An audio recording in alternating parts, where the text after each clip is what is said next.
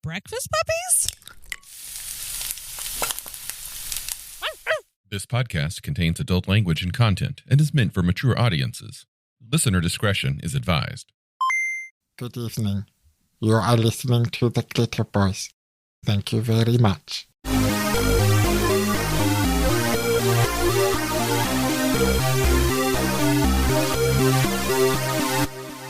Following on our last episode where we talked about the top end of the power spectrum in the first book, we're going to switch this perspective and look at the bottom of the barrel, the Vagabond OCC.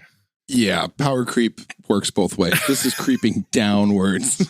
Yeah, and this time I've actually got the original and the Ultimate Edition laid out here in front of me because the Vagabond is interesting of these classes in that it got the biggest boost across editions of the game.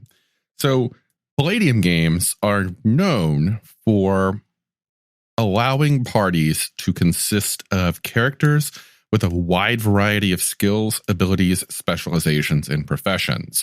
And it does not really attempt to enforce any kind of mechanical balance between those classes. You can have characters in a party who can deal a shitload of damage regularly, such as the Glitterbois, in the same group as someone whose specialty is they know a lot of languages, and that's it.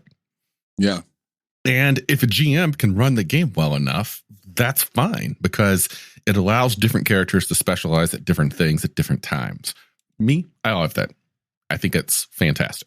Yeah, I like having disparate power levels, for lack of a better term, in a game because, and when I can, I choose to play something that's a little more standard and not overpowered because you have to role play, you have to think, you have to get involved. Otherwise, you're street pizza. You are going to be destroyed if you play it passive. So I actually enjoy playing, like right now, I'm just playing a soldier, just a plain ordinary soldier, not even very specialized.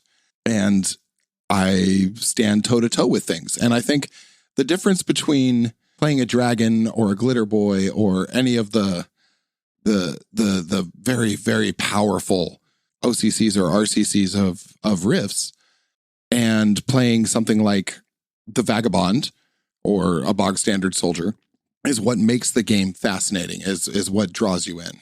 Playing smart is how you take characters that don't necessarily seem like they would be ideal for any kind of a mechanical situation, but then you make them work in that situation. There's infinite numbers of ways that you can take a character as shitty as a vagabond. I'm sorry, as shitty at a combat situation as you would expect a vagabond to be, but then make them useful. It all just requires a willingness to role play and to seize the moment when your turn comes. Anyway, let's talk about the Vagabond a bit here. The Vagabond in Ultimate Edition actually isn't all that bad. Like on the scale of adventurers, they get a decent amount of OCC skills. They don't really have any kind of a special thing other than they have one special class ability called Eyeball a Fella, which lets them generally look you up and down and see what you're worth kind of thing. Yeah. And they get a few new bonuses, such as some stat bonuses. So that's pretty cool. Yeah, that's neat. They get a decent amount of starting skills. They get very few additional skills, it seems. Just a whole lot of single skills at later levels. And you know what? They start with some MDC armor and a weapon and looks like a rusty junker of a car or motorcycle, maybe a horse. That's pretty much all they have going for them. That barter and begging. Let's take a look at the Vagabond in the original Rifts. The original Vagabond has 3 skills. Those skills are... level? No, sorry, 4 skills. They speak American and 1 other language. They can cook. And they can pilot an automobile. And that's all they start with. They get 8 other skills. And then they get 6 secondary skills. They get a decent amount of new skills at later levels. But that's it. That's it. They don't even start with MDC armor. They have a gun. They have the clothes on their back. Like a baseball cap, specifically a baseball cap. a couple of bandages, a toothbrush and paste, several pieces of candy, an old rusty junker of a car or a motorcycle. That's they probably live in or out of. The picture of the Vagabond is just this scruffy looking nerf herder who's just like looting somebody in a swamp. And he looks like he's just about to like open this corpse's face and just crap in it. Like he is just the scrappiest of dudes. Looks totally gross. And this book, this character changed drastically across editions. I must note that personally as a GM, I prefer the original. I wouldn't force the original, but I do like the idea of a player saying, you know what? I'm going to play the shitty guy and I'm going to make him awesome. Yeah. There's a lot of room for customization through the skill trees in Rifts. That said, I mean, Rifts is not forgiving in some ways, but very forgiving in others. If you can think it, odds are you can probably figure out a way to get away with it using some relevant skill or just in conversations in game. So it's not the detriment it seems to not be a dragon or a Glitterbois, but to be something like a Vagabond. Because Rifts is a game that allows you to bring yourself to the table and your skills as well. If you can talk it, if you can reason it out, odds are someone's going to let you do it. Yeah. And it's so heavily based upon just having a conversation in game of what you're doing and what you want to do and how you want to do it, that you can forget about all the stuff on your character sheet. You're primarily going to be driven in a game like this by the concept that you have for the character, the lore that has been established about that character and their relationship with the rest of the party, and that character's desire to succeed in whatever capacity it is that they're following. Like you were saying, Abel isn't super capable. He isn't super skilled. He isn't super strong. He's got, a smattering of weapon proficiencies. He's got some things that he's good at. The reason that Abel gets so much experience points in our game is that Abel goes forth and does. Yeah. His whole thing is go forth and do. He does things. He's like, I'm going to do this. Oftentimes, me as a GM, I'm like, fuck, how is this going to work? And I'm not one of those say yes or roll the dice GMs. Sometimes you do have to say no. And as such, I try and find a way to accommodate action. There's no reason another character couldn't do this. Like a Vagabond could easily be like, you know what?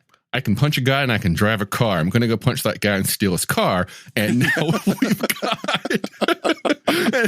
and now we've got a ride. Cool. Let's go on an adventure. Yeah.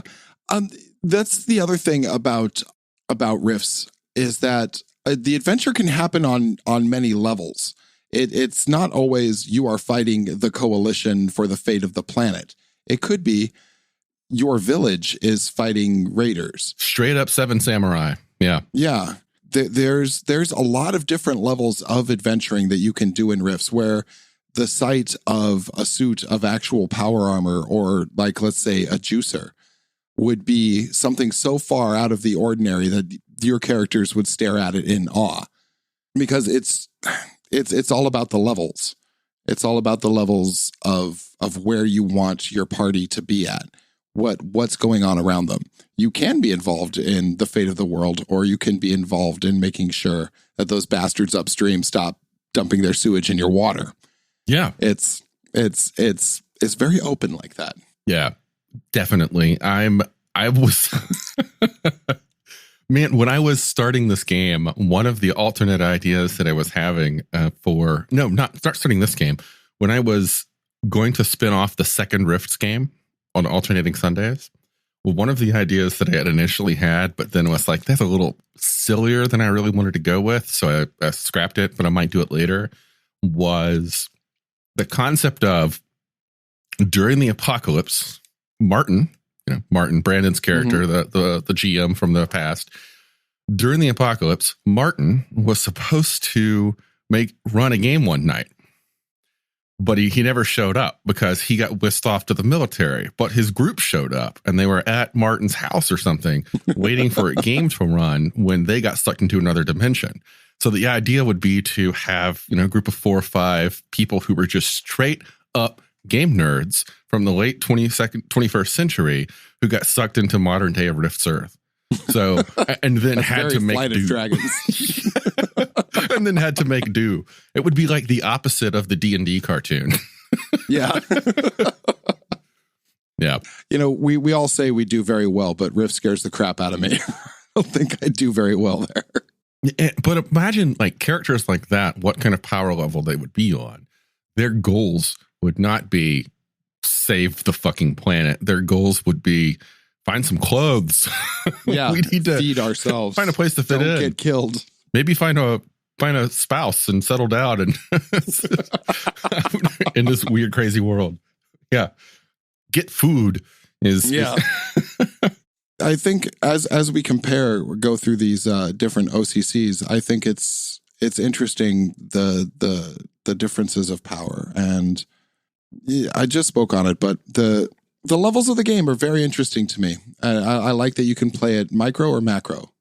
And one thing that we should be on the lookout as we do this, as like a note to self, is the publication date of the book. Yeah. Rift's original, 1990. Rift's Ultimate Edition, 2005. As we start to look at classes in this ongoing OCC Spotlight series that we do, we should take note of when the class was published, and that can give us an idea of what mentality of initial character front loading was expected. The Vagabond is a fantastic example of this, of how it changed from 1990 to 2005. It got a significant boost in ability.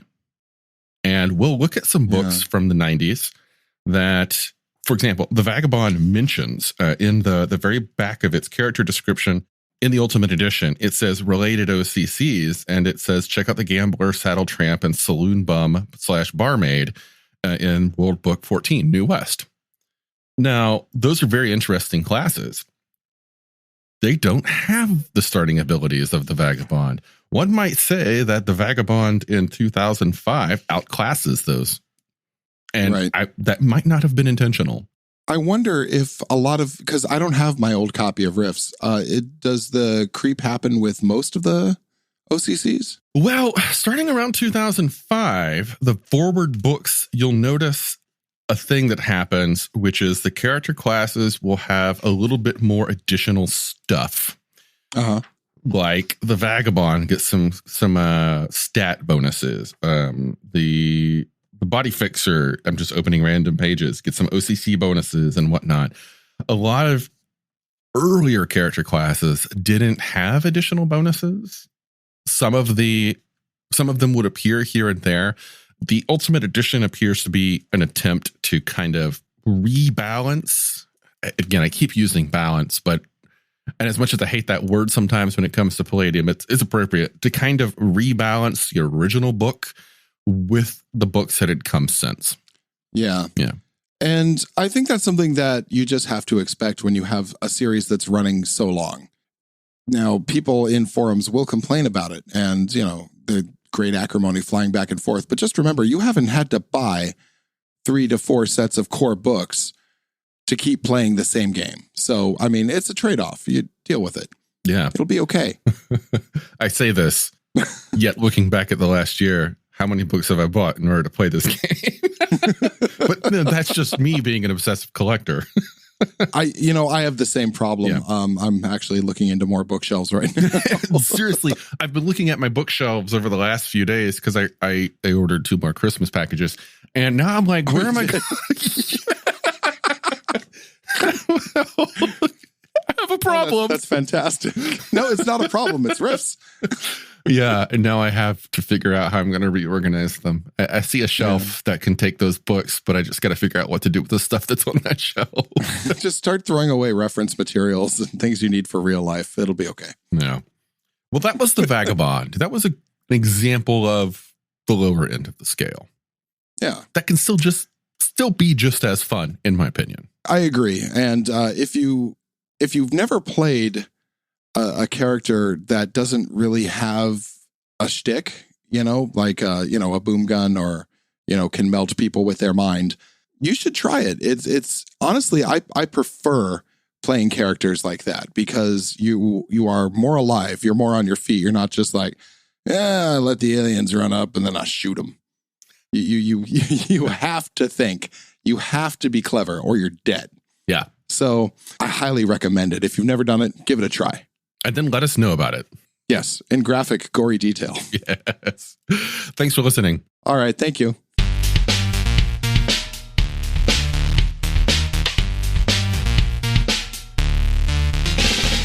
You've been listening to The Glitterbois, a Palladium Books fan podcast. Glitterbois, Rifts, the Megaverse, and all other such topics are the property of Kevin Siembieda and Palladium Books. Please buy all their stuff and help keep them in print and making more games. You can order directly at palladiumbooks.com, and their entire catalog is available digitally at Drive-Thru RPG as well. Our opening music is 8-Bit Bass and Lead by Furby Guy from freesound.org. This closing music is Caravana by Philip Gross, available at freemusicarchive.org.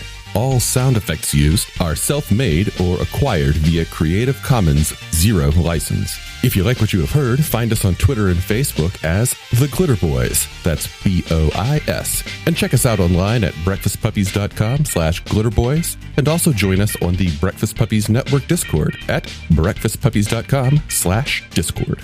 And if you want to help us out, please spread the word and help us build a community. Thanks again for listening. We'll catch you next time.